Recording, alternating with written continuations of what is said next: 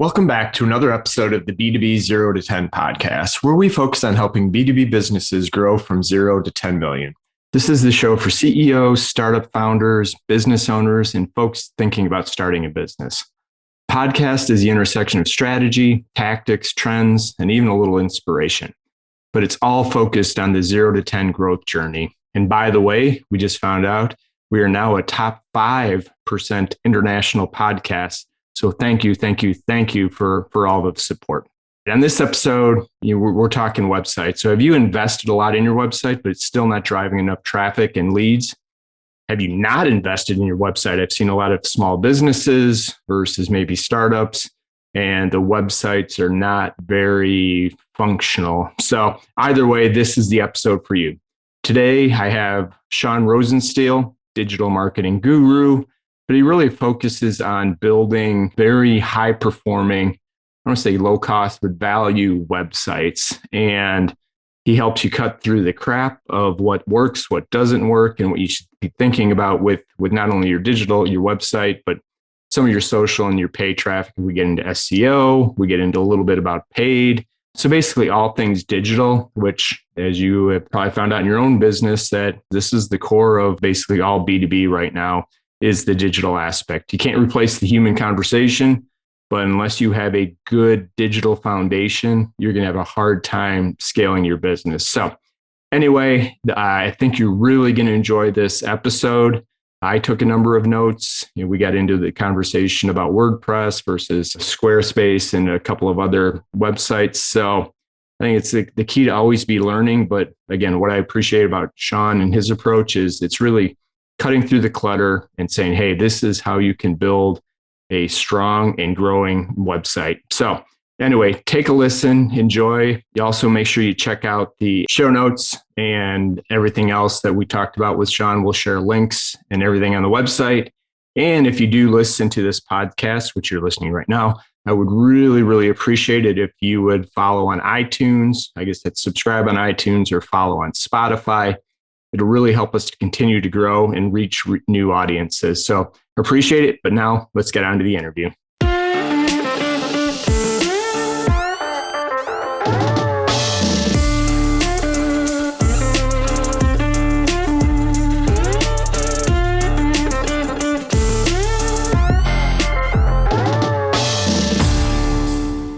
Hey, good morning, Sean. Welcome back to the podcast. Hey, thanks for having me, Brett. Good to be here with you. It's great. I've been looking forward to this conversation. Over 120 episodes now, which is hard to believe. We haven't spent a ton of time on the digital aspect of the business. I've had some inbound marketing. I've had some folks talking about branding, which are all important, but not really the fundamental of the website and, why I think that's the backbone of the company. But before we dig into our conversation, why don't you share with the audience a little bit about your background and what you're working on today, and then we'll dig in. Sure. Yeah, I appreciate that. So my wife and I actually founded Savvy Pro Web, which is a boutique company that builds hassle-free websites for business owners as well as entrepreneurs. And it's been quite a journey, as you can imagine, over the past decade or more, with so much change and evolution in the digital space. We sort of look at it like, WWW for us stands for Wild Wild West, right? Yeah, 100%. Because there's really no hard and fast rules. And just like every business is a snowflake, we look at every digital marketing strategy as a snowflake because, there's so many different types of businesses out there and so many different strategies that you could deploy. It really depends on what makes the most sense for the business itself. Right. So it's been a really fun journey. It's very challenging. We typically recommend looking at marketing like trial and error. I mean, that's how we look at it, is like you don't know what you don't know until you try something. So we always say it's very important to have a very limited budget. When you're going into, we call it the digital casino. It at times feels like all the agencies and vendors and freelancers and advertising companies are like, dealers behind the table. Before walking in, you better have a game plan. You better set, your budget as far as how much money can we afford to lose here should this strategy not work. And you really need that unbiased guide to help you navigate the territory, so to speak. And, for one business, it might be blackjack. That makes the most sense. For the next business, it might be roulette.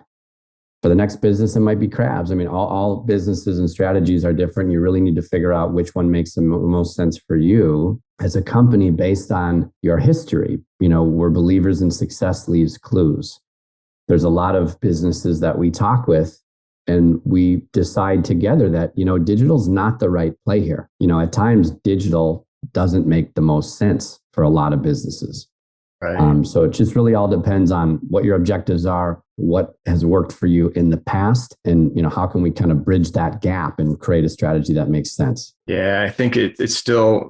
No, digital is no longer right optional, right? It's the cost of doing business. The pandemic kind of helped slam the door on any of that other. A few of not to your point, online, offline. They're still going to be very important what that mix is for your business, but the way I kind of look at it is, when you have sales and, go to market with your sales, it's really one-to-one, right? A sales rep, they're hand-to-hand combat, if you like those analogies, but, are they really bringing new business on a one-to-one ratio? But for the opportunity for many all businesses, but mostly small business to scale is, how do you get the one-to-many, right? If you can crack the code to one-to-many, then you can get some really good momentum in your business. And I just see, and I would love your perspective, that one, you don't have to spend $1 million on a website, but you do need to have a website, right?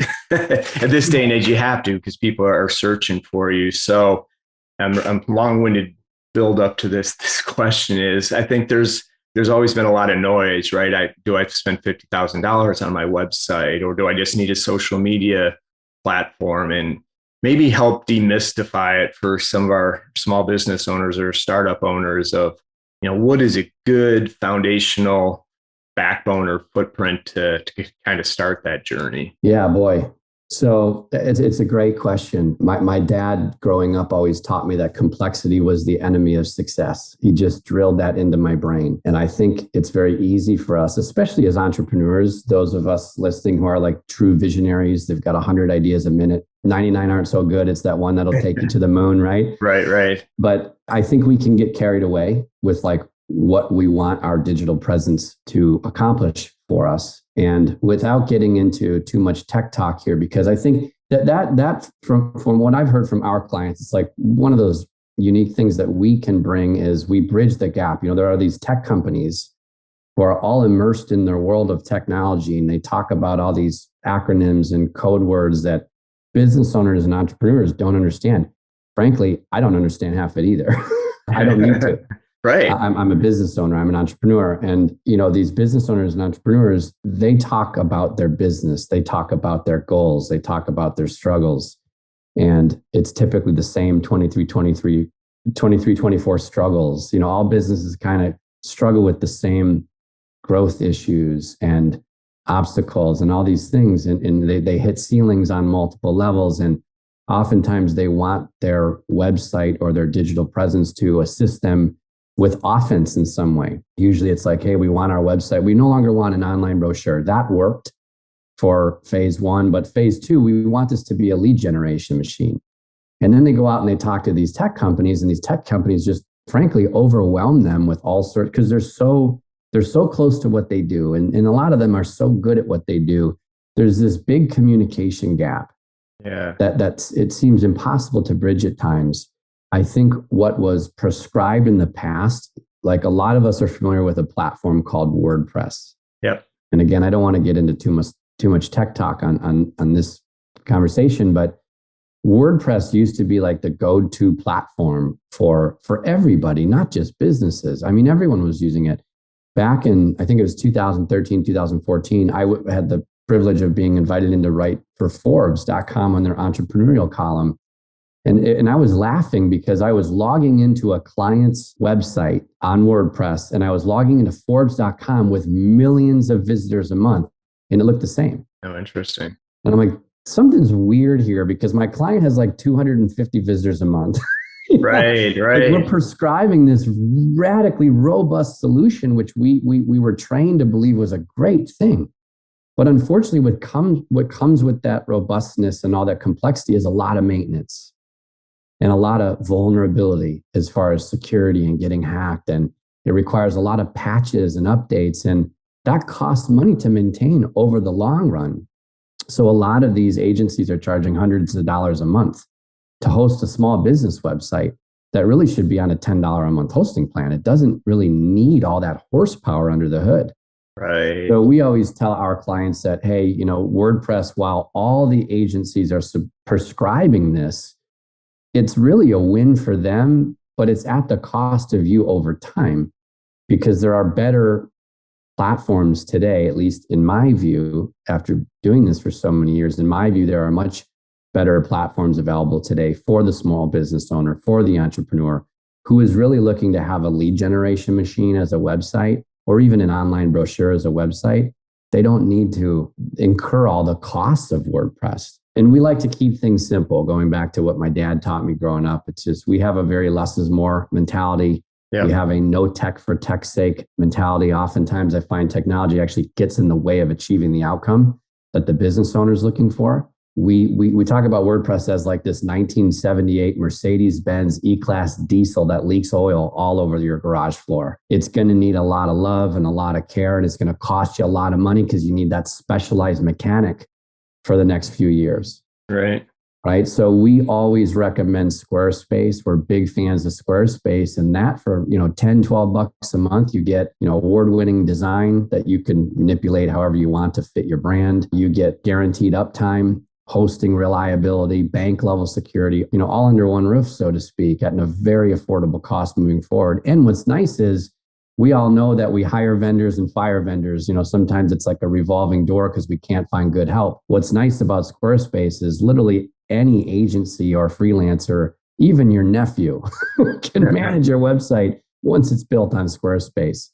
And it really empowers our clients to take the control back in-house. And we say, hey, if you can edit a Word document, you can edit a Squarespace website. It's very easy to do, and you maintain control, save those costs moving forward in the event you need to do any updates or maintenance to it. It's like driving a brand new Tesla. Oil changes are non-existent. So there are much better technology solutions available today that I don't feel like enough agencies and vendors are really talking about, because frankly, it's not a win for them.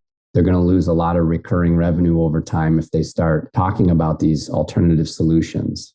Yeah, no, it makes perfect sense. And I think, right, as we were going through the marketing automation craze, right, of which, again, we maybe touch on a little bit later, but, you got these small businesses that were buying, Marketo, right, and top of the line, and you just didn't need it, right? So we even pull that back to the small business, right? I think where and what the website does, it's really your story, right, when you're not around, right, or it's the first chance anybody has to see what you're doing. And I still see, and I'm not an expert, the number of websites that lead with features and benefits, right, and the clutter. And I even know my website needs to be decluttered and simplified because I do have a lot going on. But right, it's really trying to answer the question your customers have of how you solve it, right? How do you solve their problem? And can they figure that out quickly by looking at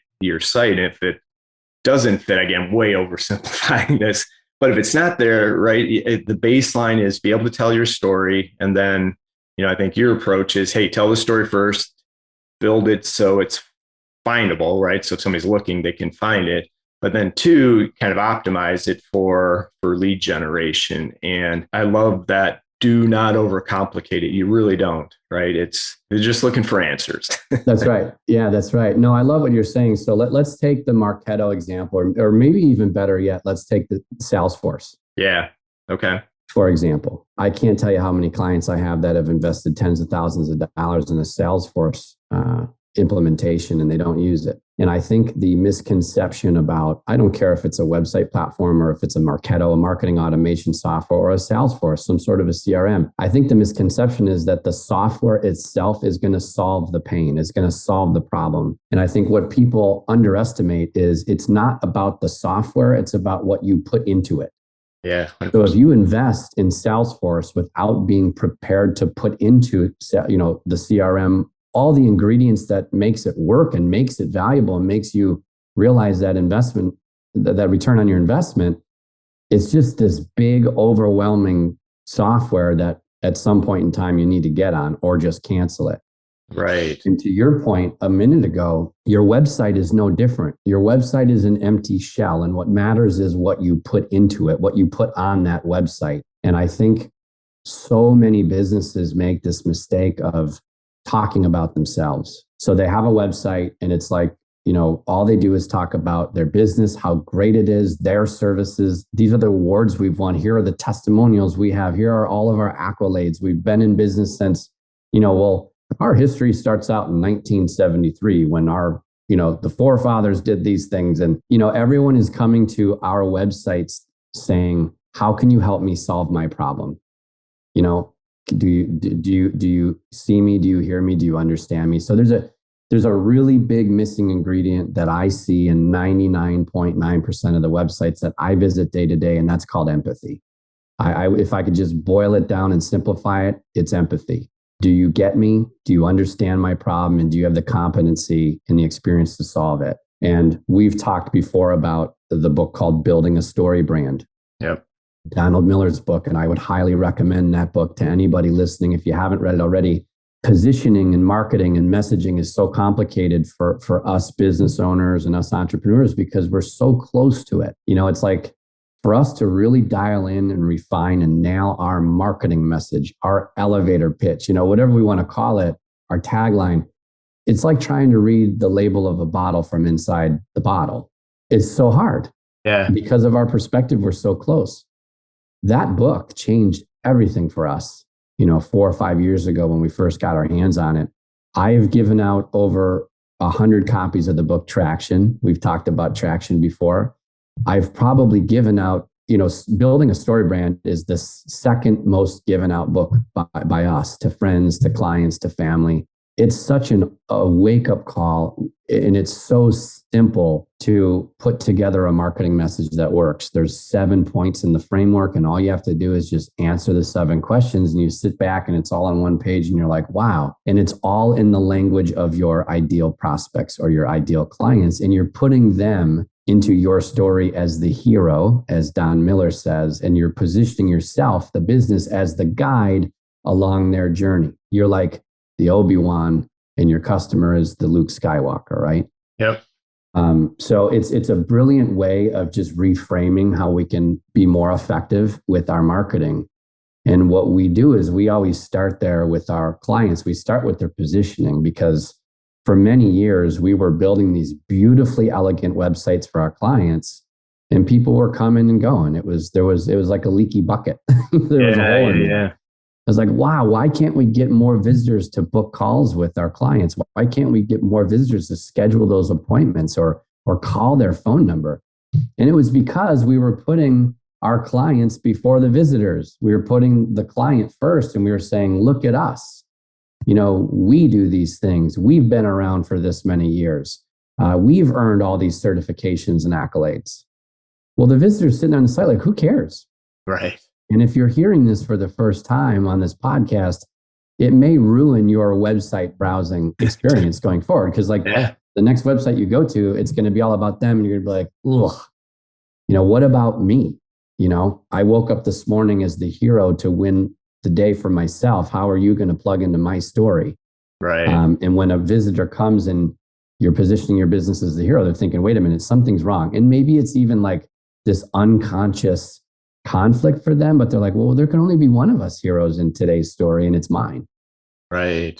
So I just think Donald Miller has done such a nice job in that book of conveying the biggest problem and how that's costing so many businesses, some businesses tens of millions of dollars a year when they're making that mistake.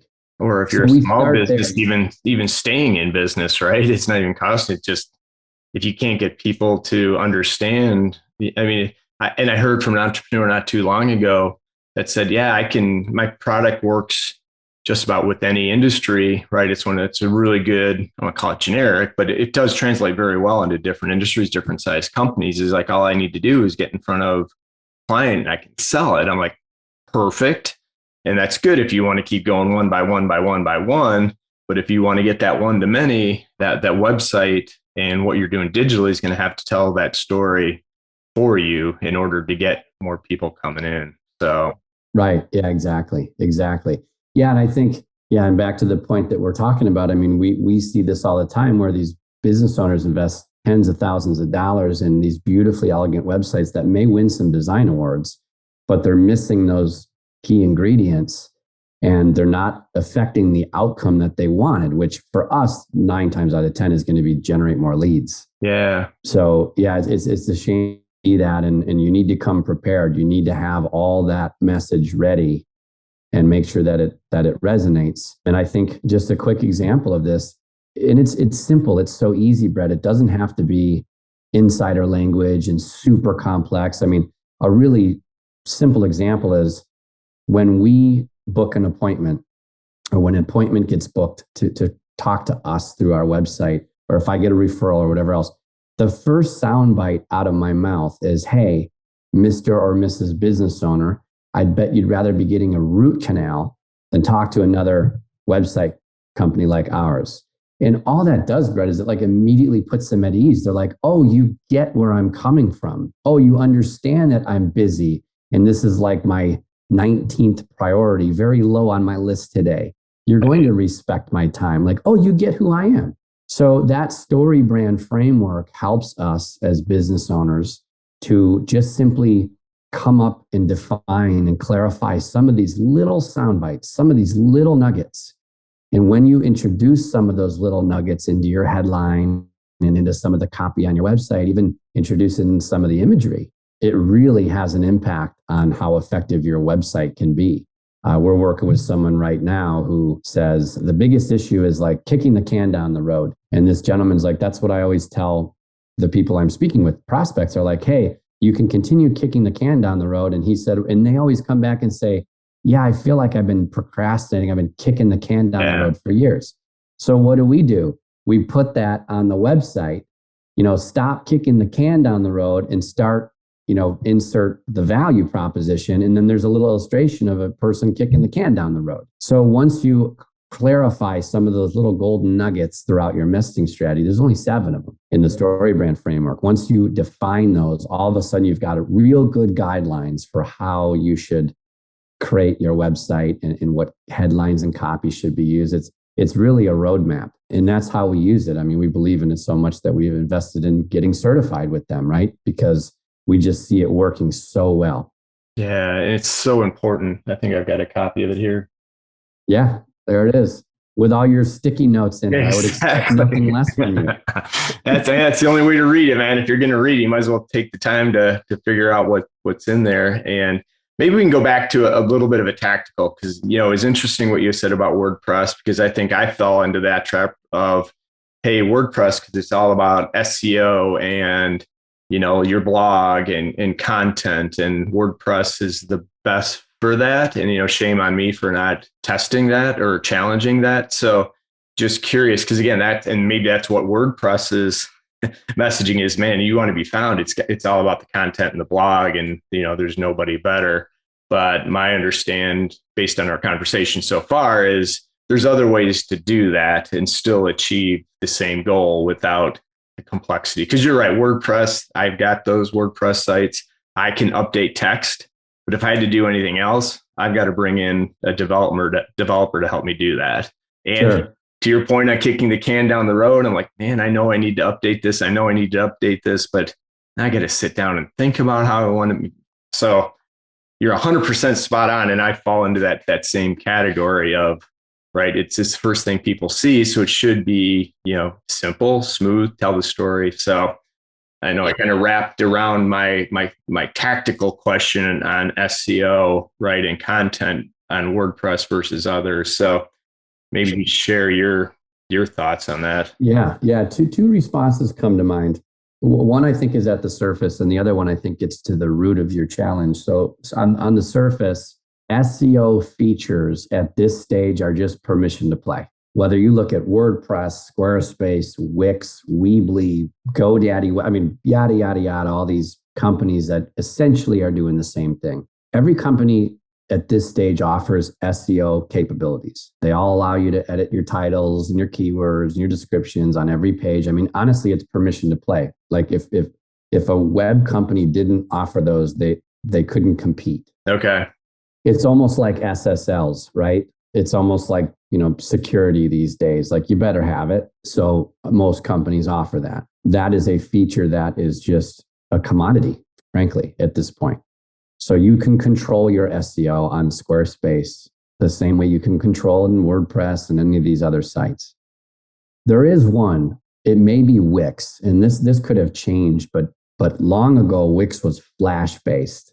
Oh, really? Yeah. Even I know that's a no-no. Yeah, that posed a big problem, obviously, because Flash, I believe Flash has been, I think that's obsolete now. Yeah, I think you're right. But when it wasn't obsolete and when it was still widely being used, these Flash-based websites were one pages. They were one page versus 10 pages.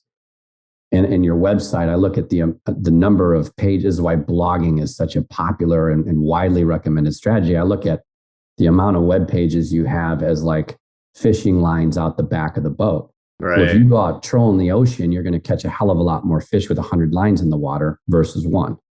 And when those Flash-based websites were around, I think Wix offered them at one point. They probably don't anymore. But you had all these pages consolidated into one page, and it was detrimental to your SEO. Right. So in my experience, in my perspective, I wouldn't be too concerned about like, is one platform better than the next when it comes to SEO? Because I think they all basically do the same thing. That in my mind, 2021, it's permission to play. But I think the root of the issue in my mind, based on your question is SEO a conducive strategy for us or for me? And SEO in my mind is like running a marathon. Yeah. SEO takes a lot of time. It can cost a lot of money. Agencies get rich offering SEO services. I rarely see it actually pan out. We rarely recommend it. If and when we do, we have a partner who, like, we don't believe in it. So we don't necessarily do that any longer because there were many years where like, this is no longer working. This is no longer working. At what point in time are we going to take this off our offering list? Because it doesn't pan out. And the last thing we want to do is have a client invest money with us. We do all the work and then you're left with an empty bag. Like that's just not, we're very sensitive to that. Right. We also guarantee everything that we do. So SEO became so risky for us and for our clients that we said, you know what, we're just going to find a partner who we believe is honest and charges a decent fee that's manageable. And so, but I look at SEO as running a marathon. So here's what's unfortunate. Let's say a business like yours, you build a website. We typically, our clients are out the door with a brand new website that's hassle-free and performs really well in 2 to 4 weeks. Like there's no reason websites should take 6 months anymore. Right. Unless you're doing WordPress and then all this big e-commerce, right? Those or e-commerce, of course. But I mean, in the B2B founder space, I would imagine most times you're talking about generating leads, scheduling appointments, booking calls, things of that nature, right? So there's no reason those types of websites should take 6 months. If you're doing WordPress, there's a lot of complexity. There's a lot of custom coding that's going to break later. That's where it gets complicated because it's just this constant upkeep that goes on forever, which is why we like Squarespace, because they plan on that. They're hosting millions of websites. They're a publicly traded company now, so they've got investors to answer for. They're very reliable. What happens with SEO, Brett, is you invest money in a website, time and money. Your website's done. You're really excited about it. Then the SEO, then you kick in an SEO campaign. Well, we can't control Google, and anyone that tells you Google's recipe, like, oh, I know how Google ranks websites. I know what they're looking for. We can optimize it so Google loves you. Well, they're lying to your face because Google's algorithm is like the KFC recipe. None of us actually know. I mean, if we're being honest, nobody's actually seen it. So let's say you invest in SEO and the company who does this is going to tell you this could take 3 months. This could take 6 months. This could take 9 months. This could take 12 months. SEO is a long-term strategy. That's why I say it's like a marathon. So what's unfortunate, and we've seen this, you invest money in the website, you're all excited to get out the door. Well, without data, we can't understand if the website works or not. Right. We need to know how many people came to the website and how many people did the action you wanted them to do. Maybe it's book a call. Maybe it's download your 10 costly mistakes PDF or white paper. Maybe it's registered for a webinar. I don't know what it is, but whatever it is, without data, we can't make educated, informed decisions to make improvements. So you do this website, you launch it. 6, 9, 12 months later down the road, your SEO is actually working. If you're lucky, it's actually working. And you're bringing in a ton of people from the search engines. That's also assuming that you believe the best place to attract people is from Google search. But we're just making that assumption. Right. So if all those things are true, 12 months down the road, you're finally getting the data you need after most likely spending tens of thousands of dollars. And what you might realize is that, oh, the website isn't as effective as we thought.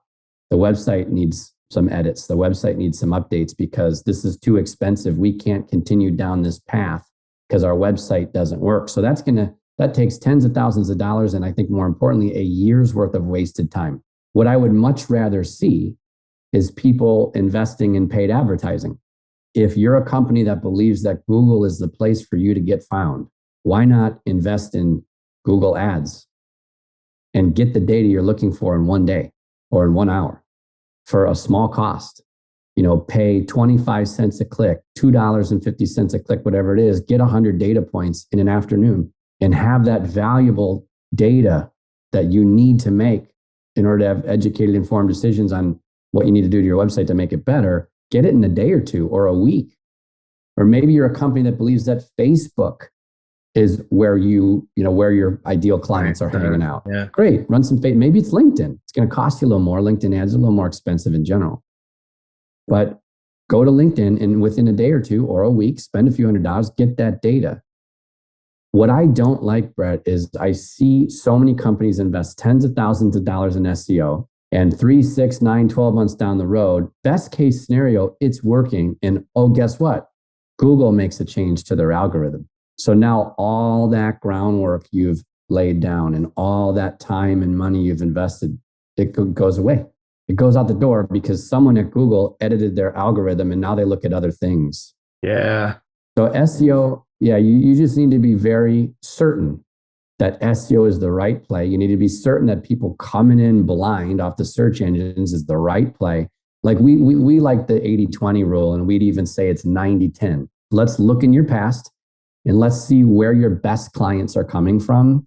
And let's pour gasoline on that fire versus just, roll the dice over here on this brand new thing called SEO and hope that people from Google are the right fit. So as long as you're certain that Google is the best place to get found for cold visitors, cold audiences who have never heard of you before. I mean, if that's the case, your website better be really dialed in and really sticky and really clarified messaging and something on there that these people really want so you can capture their information.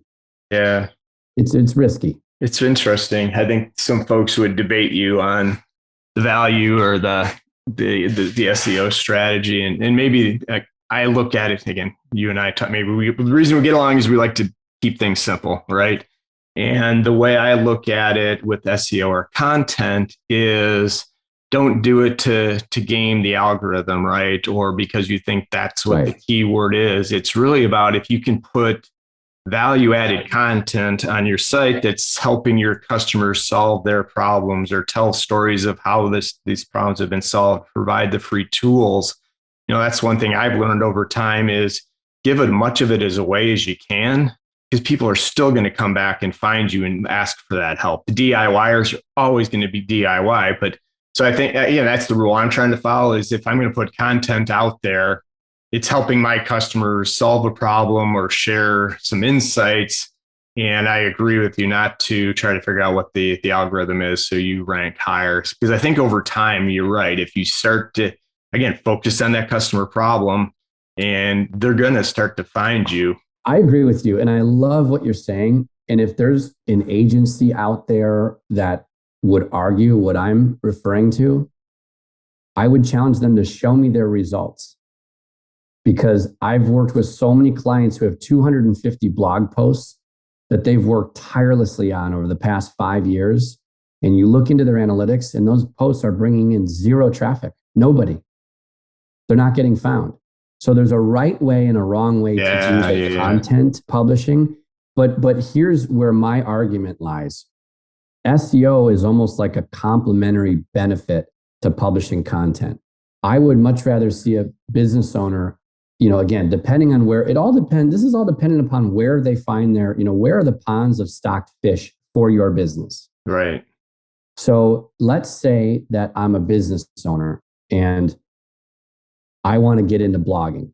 And let's say that my pond is LinkedIn and readers of Forbes.com and Inc. and Entrepreneur and all these, that's where my clients are.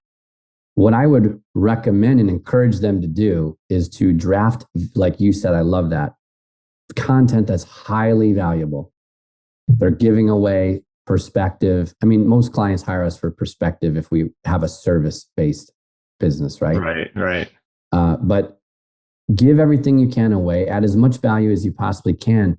But your tier one publication channels should be Forbes.com. Go become a contributor where 1 million eyeballs are every month. Go publish on your LinkedIn portfolio, right? Go publish on LinkedIn. Go become a contributor for Inc. and Entrepreneur or whatever your industry trade publications are. Right. Go do that. It's called contributing. Go do that where there's already a lot of eyeballs. Because where most likely there aren't a lot of eyeballs is on your little website. Maybe there's a couple hundred, right. couple thousand, but use SEO as like a complementary strategy. Because if you're going to take the time to do all that content, and that also presupposes, Brett, that writing is your strong suit. Right. Could do podcast. Could do podcast. I mean, most of our clients, they like to talk. So we record our discovery call. We get everything from what they say to us. We don't send them a 10-page questionnaire and expect them to type it out. That's going to frustrate them. Sense. So it depends on like, what's your modality of what's your preference for communication? And if it's writing, great, but maximize your output and maximize the impact of your output by finding those areas where your fish are already swarming. Right.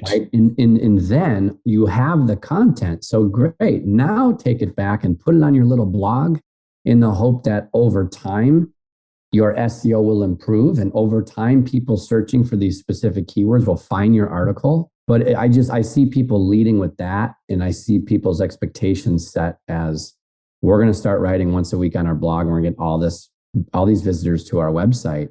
And then they do that. And then their blog page has nothing but this 1,500 word article with no calls to action in it, right. With no action. So, you're reading all through it and there's no sub headlines or anything for people to skim it and find what they need. And so there's a right way and a wrong way to do it. If you're going to invest the time to write, find the publications that will have you on their site, their platform. If you're a talker, find the podcasts. 100%. Yeah. Find the podcast like B2B Founder, get on these podcasts and then also grab a transcription of that conversation and then take it over here, transcribe it and publish that post on Forbes or on LinkedIn or on your blog. We all have different, what I would call content consumption preferences, right? Sure. It's a mouthful, but a lot of us listen to podcasts. A lot of us read articles. A lot of us watch YouTube. You can, once you have the content made, you can take it and spread it into all these different modalities, right? Yeah, without a doubt. And I know we're running low on time, but I want to circle back to what you talked about with some of the paid. And I think the misconception or the things you used to be able to get away with paid was highly transactional, right?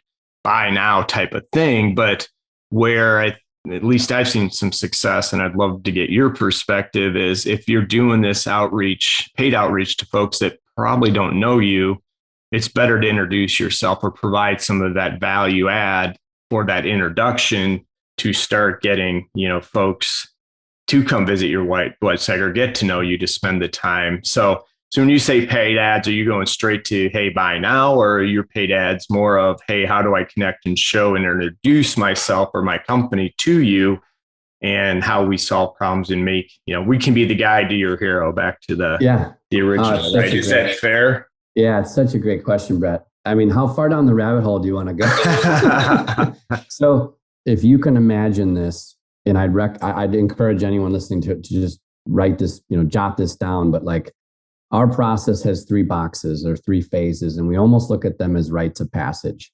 So in the first phase or first box, you have a word called positioning. how strong are you positioned in the marketplace? And that has everything to do with your messaging strategy and has everything to do with your website itself.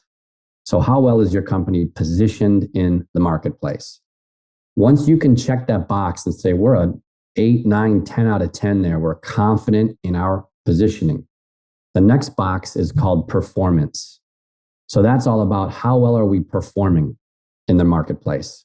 So is our website performing well? Are we generating leads?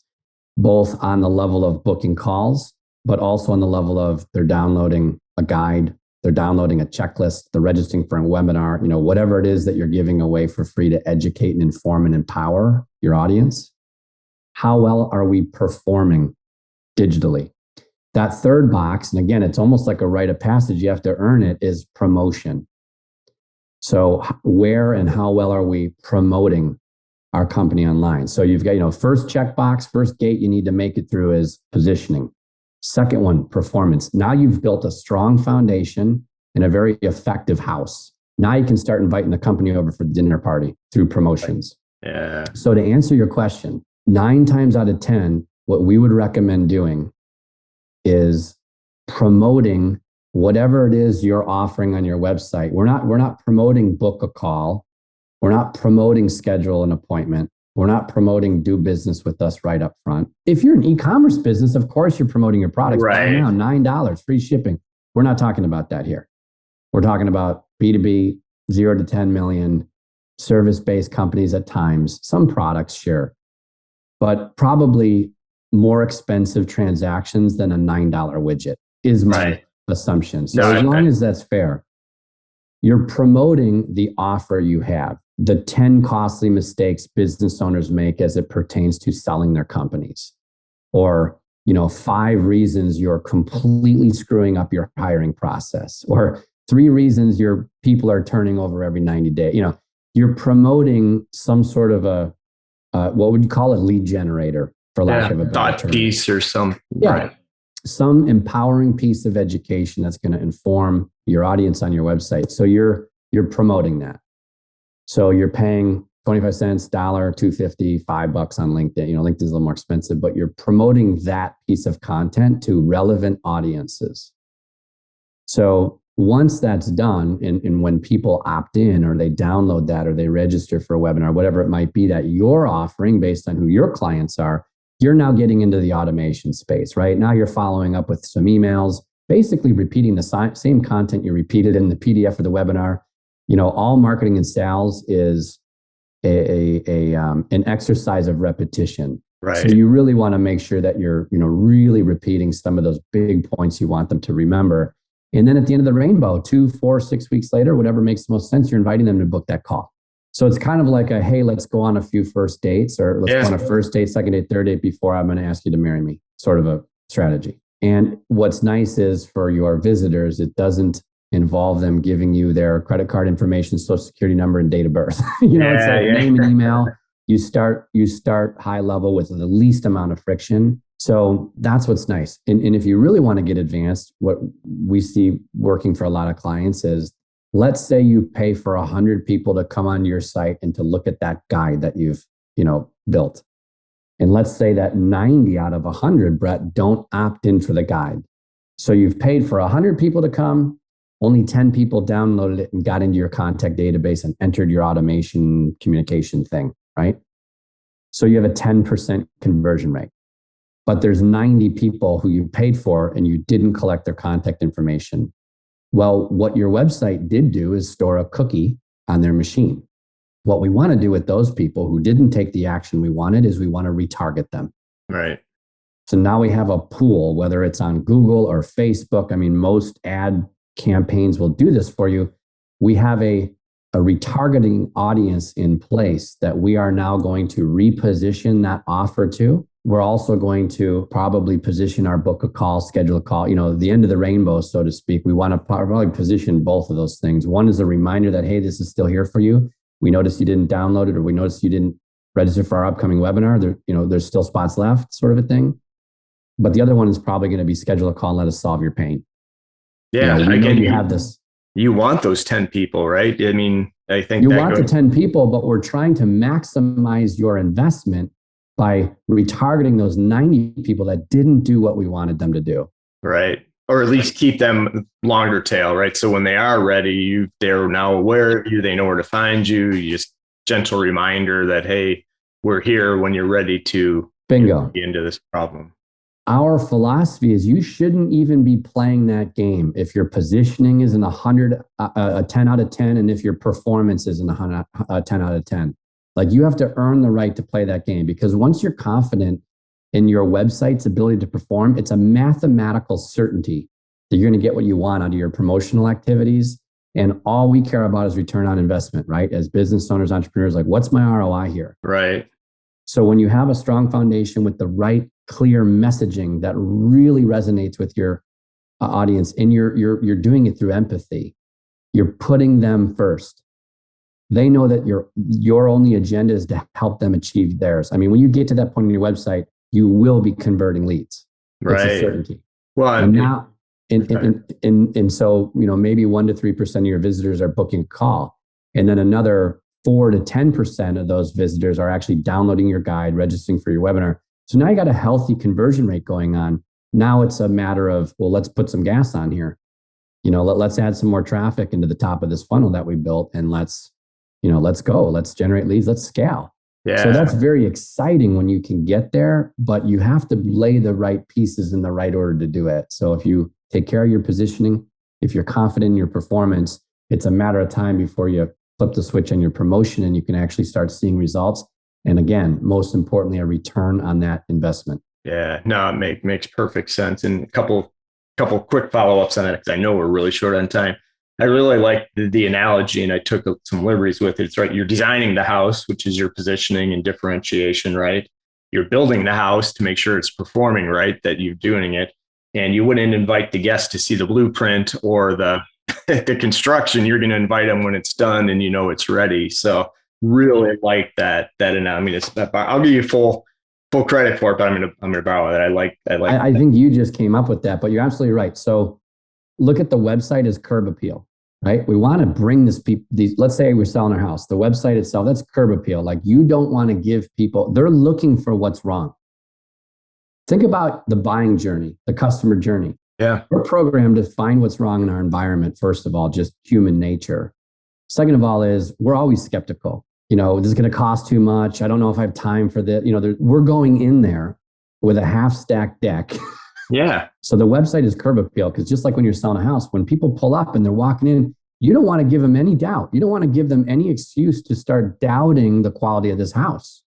Right. So we haven't finished the basement yet, or the kitchen is missing appliances. Right. Yeah. Right. Or the flowers are hanging out of their flower pot and they're dead. And all of a sudden, they must not care for their house. Just because a flower is dead, we're going to assume that the HVAC hasn't been maintained. You know what I mean? We're going 100%. Yep. We worry and our brains spiral out. So website's curb appeal. As far as performance, that lead generator, that to me is like cooking and preparing the meal and setting the table. We want to make sure that this house is comfortable for the company coming over. Right. And then promoting is, actually sending out the dinner invitations and collecting the RSVPs and making the night a magical evening. Yeah. Right? That's all the promotion is, getting the people into the house. So what's insane to me, Brett, is so many companies, because I think there's so much opportunity and sizzle and excitement, we don't even think about the house. We don't even think about the preparation. We don't even think about the curb appeal. We just pay the hot dog man on the corner to wave his arrow saying, come on in, when the cash register doesn't even work yet. Right. No, it's so true. We're excited to just bring more traffic to our website and market and advertise when we're actually not ready. And it's like inviting a bunch of people over for dinner. They come and they're like, well, we've all been there where we go over to dinner at like 5:30 and we've got kids and they're like, oh yeah, so dinner will be ready around 7:30. And you're like, wait, what? Yeah, right. My kids go to bed at 7:30. Just be patient. Yeah. I'm hungry. Right. It's 5:30. When are we going to eat? I don't want drinks. I want food. Yeah. I'm with you. We pay Facebook, we pay LinkedIn, we pay Google, we pay these agencies, and we're not even set up for it yet. And then we wonder why the whole thing went wrong. We blew $5,000, $10,000, $25,000 on a marketing campaign. All these people all these eyeballs came to our site, and as quick as they came, they left. Yeah. and you lost that chance, right? You usually got only one chance. And if you got time for one more question, I want to dig into that prospect and get your perspective. So the way I've been thinking about it lately, again, growing up in the B2B space, right? You had the marketing automation database, you had the CRM, and then you had the ERP, which is the customer master. Mm-hmm. The way I've been kind of positioning or thinking about it lately is when there's one database, and there's only two types of leads, right? There's somebody that's you're targeting that can buy from you at some point in the future, right? It's your customer ideal profile that can buy at some point. And then there's the person, that same person that's now in buy now mode, right? For whatever reason, the pain point reached a certain threshold, they're ready. What industry will tell you that's 3% at any given time of your ideal buyers are in buy now mode. That's it, man. Everything else is noise. And if you can, to your point, start to promote and send more people into that pool of, hey, these are my ideal customers, and we're going to keep hitting them until they are ready. And that makes it much easier to flow through the system versus, some people still have 2 or 3 databases. And I don't know, maybe I'm probably oversimplifying it, but I think that conceptually, am I on the right path with this, or is there more complexity to it that I'm missing? No, because I'm a less is more person, and I'm built to keep it simple, even though sometimes my instinct is to make it complicated. That's something I work on. It's a discipline that I practice. But no, I think you're spot on. I think 5-10 years ago, it was kind of the thing to do, to grab all these things and integrate all them. And now what we see is integration breaks down. Yeah. What happens when we are generating, 100 leads a week and these integrations are breaking down? Well, this is a lot of maintenance and upkeep, and what happened and where did the contact go? And so, no, I think you're right. I think simplifying all the technology is very appealing to a lot of people, including myself. And I think we tend to, when I was listening to you, what came to mind recently was we're working with a client and we don't use project management software. Most of our clients use their email. They don't think about it. Right. So we used to use a project management software many years ago. And then what we started appreciating was that, wow, we're asking our client to register for yet another account on some site, to manage another login username, another password, to learn a whole, this is very inconvenient to them. And we're actually adding friction to our process, and we're adding friction to their experience of working with us. I have a client who wants to use it, we want you in our project management software. We want you in our Google Docs account. So rather than just attaching a PDF and sending it to me, now, we're logging into a project management system we're unfamiliar with, and we're having to, go to a Google Docs account that isn't ours and hunt and peck and find. I think we've all been programmed to use as much technology as possible because, again, we all believe, without challenging it, that technology makes things easier. Automation makes things automated. Well, it's it can be, but you still need to put the stuff in there. Right. Or if you're automating a bad process, it's still a bad process. It's still a bad process. So, there's no silver bullet or magic bullet for you still have to get your hands dirty and do the work. You still have to build the process and challenge the process. You're absolutely right. You put automation in it. Now you're treating a symptom. You think automation's it's not. The process is broken. Right. It's 12 do it faster now. when it should be 4. Exactly. So yeah, it's really interesting what you said. And we kind of went through this ourselves. So we found, and I won't mention what it is, but we found a really neat alternative to DocuSign. And it also does proposals. So we're this is so cool. We can see when people are viewing the proposals. We can, see when they sign it. You can take payments right here. And what I realized was the proposal process for us went from about 10 minutes to about an hour and a half because of all this cool technology. Interesting. Yeah. And it's this is crazy. That's all cool and sounds great, but what is that doing to, again, providing a frictionless experience for our clients? It actually causes a lot of bottlenecks. And there's a lot of problems with that. And frankly, it takes us longer to use. And this is just a small little checklist step in the overall sales process. Right. And it's going to cost us money. Right. So adding friction and costing money. Yeah. The double So whammy. what I love, Brett, is when you go out and you look for those new solutions to make things better, and then you come back after doing your due diligence, you realize, wow, what we're doing right now is really good. It kind of validates, at times, it will validate what you're already doing. And then you might even see some blind spots in what you're already doing, thanks to the journey you took. Yep. And you come back and go, you know what? We're going to stay put. However, there's a few little levers we can pull to really crank this down, dial it in, and make it even better than it was before. Yeah. But I'm sitting up here as the business owner going, well, wait a minute. This is a good recommendation, but now we're asking the business owner to go to this third-party site. We're asking them to jump through these loops and hoops and do all this stuff. And yeah, while we have visibility into it, what does that do? Are we going to actually, is that actionable data? It really isn't. Is it improving anything? Right. Improving the experience? Probably not. Yeah. Whereas before we're just attaching a PDF, and it's like, why are we questioning that? That never caused a complaint. That never didn't work.